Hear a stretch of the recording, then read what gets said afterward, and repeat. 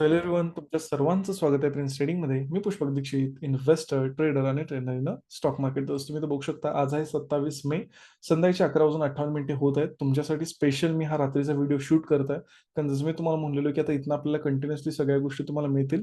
तर स्पेशली तुमच्यासाठी रात्रीचा हा मी व्हिडिओ बनवत आहे. मी थोडंसं बिझी होतो एका कामानिमित्त, त्यामुळे मला लेट झाला, बट मी कंटिन्यू ही आपली जी सिरीज आहे ती कंटिन्यू करत आहे. जर तुम्हाला व्हिडिओ आवडत असेल, तुम्हाला गोष्टी शिकायला मिळत असतील, तर लाईक, शेअर, सबस्क्राईब करायला विसरू नका. जर तुम्ही अजून आपलं चॅनल सबस्क्राईब केलं नसाल, सबस्क्राईब करून घ्या, जेणेकरून जेव्हा पण मी व्हिडिओ अपलोड करेन तुम्हाला नोटिफिकेशन येऊन जाईल.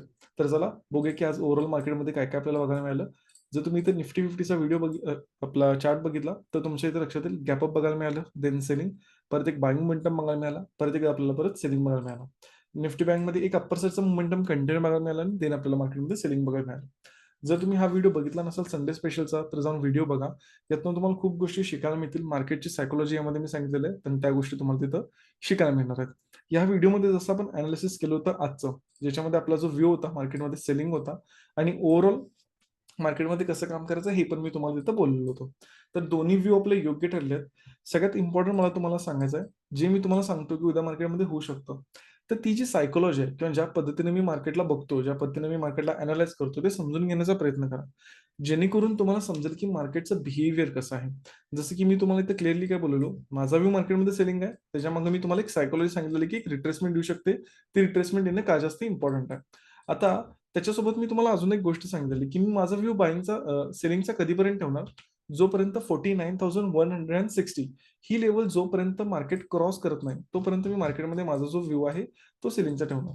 जर तुम्ही इथं बघितला, एक्झॅक्टली मार्केटनं इथं आपल्याला जी लेवल आहे ही आपल्याला लेवल क्रॉस करायला बघायला मिळेल. जसं की तुम्ही इथं बघू शकता, इथनं रिजेक्शन घेतलं, त्यानंतर मार्केटमध्ये इथून ब्रेकआउट आला.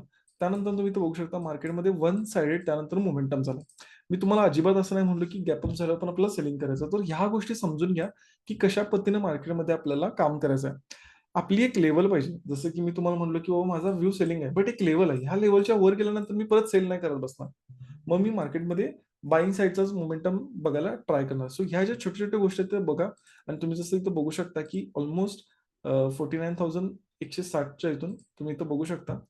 ऑलमोस्ट मार्केटमध्ये आपल्याला 500 प्लस पॉईंटचा मोमेंटम इथं बघायला मिळाला. सो जर तुम्ही प्रॉपर काम केलं असतं, तर तुम्हाला हा मोमेंटम देखील कॅच करता येऊ शकत होता. त्यानंतर तुम्ही जर बघितलं आपल्याला लास्टला एक रिजेक्शन बघायला मिळालं. हे जे एवढं मोठं रिजेक्शन आपल्याला बघायला मिळालं इतक्या चांगल्या पद्धतीचं, ह्याच्या मागची पण सायकॉलॉजी मी तुम्हाला काल क्लिअर केली आहे.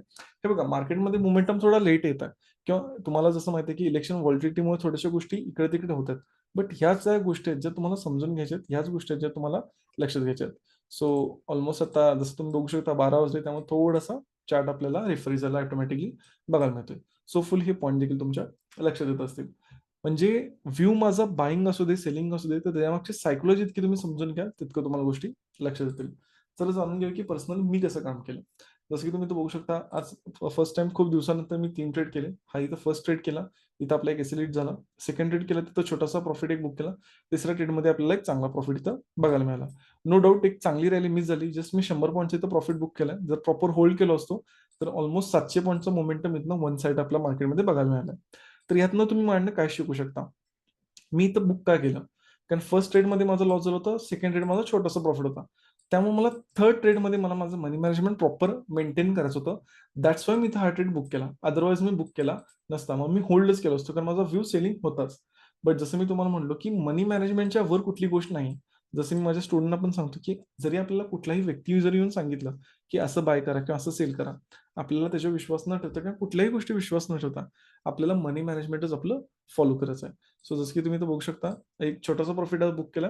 सगळ्यात पहिल्यांदा आपला लॉस बुक केला. त्यानंतर एक छोटा प्रॉफिट आणि त्यानंतर एक चांगला 100 पॉइंटच्या जागेला आपण इथं बुक केलं. कशा पद्धतीने काम केलं तुम्ही स्वतः देखील हे इथं बघू शकता. एक्झॅक्टली टाईम टू टाईम गोष्टी सांगितल्या जातात. इथं प्री मार्केट लेव्हल्स, त्यानंतर लाईव्हमध्ये सगळ्या गोष्टी अपलोड, जेव्हा एस-एल हिट होईल सर्व गोष्टी पॉइंट टू पॉइंट सगळ्या गोष्टी इथं सांगितल्या जातात. जसं की तुम्ही इथं बघू शकता. माझी पोझिशन कुठे एक्झिट केली हे देखील इथं सांगितलं जातं.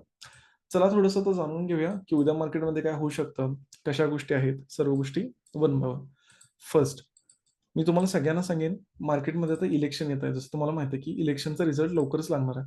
त्यामुळे मार्केटमध्ये व्हॉलटिलिटी एका वेगळ्या लेव्हलला असणार आहे. म्हणजे खूप जास्त व्हॉलटिलिटी असणार आहे. आज तुम्ही बघू शकता, की काय व्हॉलटिलिटी आहे. It's not a joke. Market जर तुम्ही तो बघितला, ऑलमोस्ट आता मी इथून जर पकडलं, इथून बघू शकता 2.49. तिथून मार्केट तुम्ही जर बघितला 417 पॉइंट पडलं. आणि इमिजिएट मार्केट 3 मिनिटाचा मोमेंटम तुम्ही जर बघितलं 4 मिनिटाचा जो मोमेंटम आहे तो 400 पॉईंटचा आहे. एक मिनिटाला मार्केट 100 पॉईंटनं अप्पर साईडचा मोमेंटम केलं म्हणजे 3च मिनिट इथं तुम्ही बघू शकता ह्या 3 कॅन्डल्स.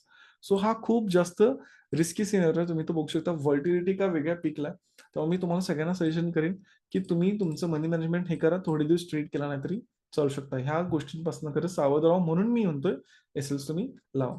चला जाणून घेऊया की उद्या मार्केटमध्ये आपण काय करू शकतो.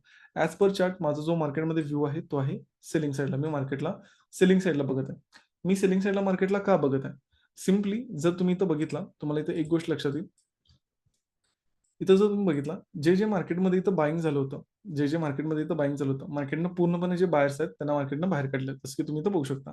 त्यानंतर जर तुम्ही इथं व्यवस्थित बघितला, इथं ज्यांनी इथं सेल पोझिशन ऑलमोस्ट बनवली होती, म्हणजे ज्यांनी चांगल्या पद्धतीने इथं सेल पोझिशन बनवली होती, ही जी रिट्रेसमेंट आहे, मी तुम्हाला एकदा फिबोनाची लावून दाखवतो, जेणेकरून तुम्हाला जास्त गोष्टी क्लिअर होतील. हे बघा, मी तुम्हाला इथं फिबोनाची लावतो, day high to day low. तरी तुमच्या इथे लक्षात येईल की मार्केटनं ऑलमोस्ट 61 इथपर्यंत मार्केटनं मोमेंटम केलाय. म्हणजे ज्यांनी कोणी इथं जरी शॉर्ट केला असेल, त्यांना देखील मार्केटनं खूप जास्त कमी त्यांचा प्रॉफिट केलाय आणि इथं तर ज्यांनी सेल केले त्यांना आता मार्केटनं लॉसच पूर्णपणे दाखवलाय. सो जे रिटेल सेलर्स असतील म्हणजे जे रिटेलर आहेत, ज्यांनी इथं सेल करून बसलेले आहेत, त्यांना सगळ्यांना मार्केटनं ह्या कॅन्डलमध्ये बाहेर काढलं. सो एक तर आपल्या इथं कन्फर्म होते की इथं रिटेल सेलर्स नाही आहेत. सो हाय चान्स आहे उद्या माझा जो व्यू आहे, जसं मी तुम्हाला म्हणलो सेलिंग साईडला, तर मार्केट त्याचा जो मुवमेंट आहे कंटिन्यू सेलिंग साईडचा ते परत हे जे कंटिन्युएशन आहे ते करू शकतो. सो त्यामुळे मी मार्केटला सेलिंगला बघत आहे आणि ओव्हरऑल माझं जे टार्गेट आहे ते आहे 49,000. सो ऍटलीस्ट मार्केट 49,000ला एकदा टच करेल, त्यानंतर मग बाईंगला मोमेंटम जायचं असेल तर ते बाईंगला मोमेंटम करू शकतो. म्हणजे हे जे बायर्स आहेत या बायर्सना मार्केट टार्गेट करू शकतं. तर आता कशा पद्धतीने मी बघत आहे की एक्झॅक्टली आपण कशा पद्धतीने मार्केटमध्ये काम करू शकतो. जर मार्केट आपल्याला इथं फ्लॅट बघायला मिळालं तर आपण इथं सेलिंग साईडला बघणार.